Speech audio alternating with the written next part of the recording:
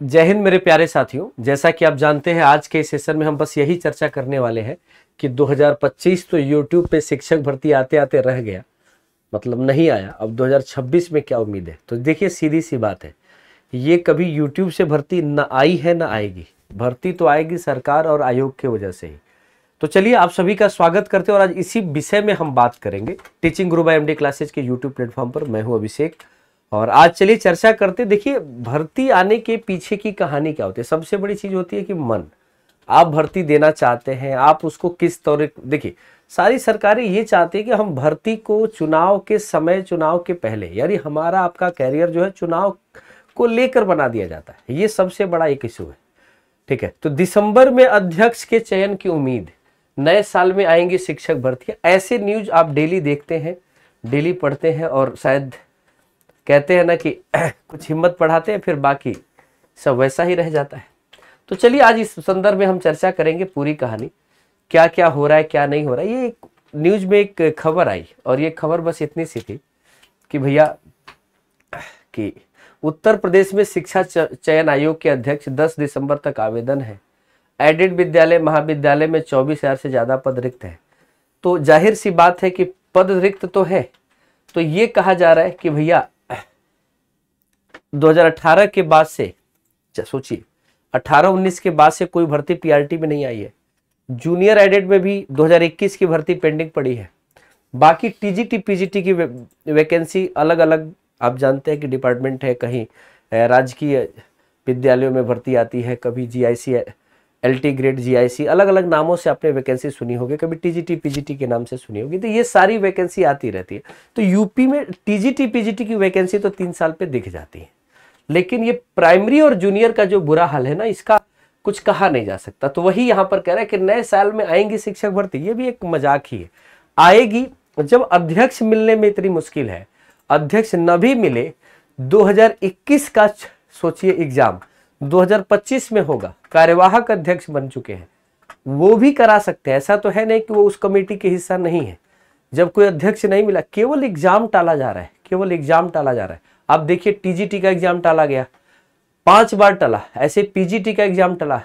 तो ये क्या कह सकते हैं कि जहां पर एग्जाम एक नहीं ले पा रहे, एक आयोग एक बड़ा एग्जाम नहीं करा पा रहा, डर रहा है, घबरा रहा है, कमजोर पड़ चुका है। बिल्कुल ये सही बात है। अगर ऐसा नहीं होता तो बार बार एग्जाम क्यों टाला जाता। अगला एग्जाम टलने वाला यूपी टेट का, नोटिफिकेशन नवंबर में नहीं आया, दिसंबर में भी नहीं आएगा, तो क्या जनवरी में पेपर हो पाएगा? नहीं हो पाएगा। तो ये मेरा कहना है। इसीलिए मैंने लिखा है कि भैया 2026 में भी वैकेंसी की कोई उम्मीद मत करिए। अगर दिसंबर तक ये आवेदन होंगे अध्यक्ष के, फिर उसका रिजल्ट आएगा, फिर उसका इंटरव्यू होगा, उसके बाद से उनका ज्वाइनिंग होगी, वो ज्वाइनिंग के बाद मीटिंग करेंगे। पहले दिन में तो भर्ती कोई देगा नहीं, तो वो भी मीटिंग करेंगे फरवरी मार्च अप्रैल तक। फिर पहले पुराने भर्ती जो परीक्षा पेंडिंग पड़ा है उनको कराएंगे। भर्ती आने से पहले पहले टेट कराएंगे, तो नियमावली आएगी, शिक्षा नियमावली आएगी। तो मेरे हिसाब से जैसे पदोन्नति कोटे में जैसी प्रधानाचार्य के, इसमें देखिए बहुत सारी सीटें तो खाली है, हर तरह से आप देख रहे होते हैं कि भैया ये सीट खाली, ये सीट खाली है, लेकिन ये बस न्यूज़पेपर में दिखाने के लिए है और यूट्यूब पे भर्ती बोलने के लिए है। बाकी वास्तविकता यही है कि आप, जो मैं कहना चाह रहा हूँ कि भैया आप अगर कुछ और कर रहे हैं, ये ना सोच लीजिए कि फरवरी में आएगी, सारा नौकरी वोकरी छोड़ के पढ़ाई कर रहे हैं। अगर आप पार्ट टाइम तैयारी कर रहे हैं तो ज्यादा सही है। शिक्षक भर्ती में ये ईमानदारी से कह रहा हूं, क्योंकि जिस दिन जब तक शिक्षक भर्ती का आवेदन ना आ जाए प्राइमरी और जूनियर के लिए, तब तक आप पूरे तरीके से न लगिए। आप तब तक पता चले घर का खर्च चलाना भी मुश्किल है, क्योंकि बहुत सारे बच्चे जो है 30, 32, 33 साल के हो चुके हैं, ठीक ना, बीएड डीएलएड करने के बाद। तो जाहिर सी बात है, घर परिवार की जिम्मेदारी भी होती है। और केवल तो ये मैं कह रहा हूँ, आज निराश होकर कह रहा हूँ, बहुत मतलब दिल टूटा हुआ। आप देखिए, लिखा है कि नए वर्ष की शुरुआत में नई भर्ती की तैयारी। क्या भर्ती करा पाओगे यार? एक एग्जाम को 5 बार टालते हो, तुमसे भर्ती हो पाएगी? हाँ, जब तक चुनाव नहीं आएगा 27 में, तब तक भर्ती नहीं हो पाने, जो मुझे लग रहा है यार। देख लीजिए, सारी बातें इसमें लिखी है कि एक असिस्टेंट प्रोफेसर की भर्ती कराए हैं, उस पे भी 10 इल्जाम उठे, 10 सवाल उठे। क्या मतलब है? ठीक है, तो सबसे पहले मैं इसके बारे में कुछ नहीं कहने वाला हूं। मैं यही कहने वाला हूं कि अध्यक्ष का चुनाव ही जनवरी तक कराएंगे। अध्यक्ष जो आएंगे फरवरी मार्च तक मीटिंग करेंगे और उसके बाद से जुलाई अगस्त तक ये पुरानी भर्ती कराएंगे, उसका रिजल्ट निकाले, उस पर बवाल विवाद होगा। उसके बाद अगर कहीं टेट हो पाएगा तो अगस्त सितंबर तक हो पाएगा।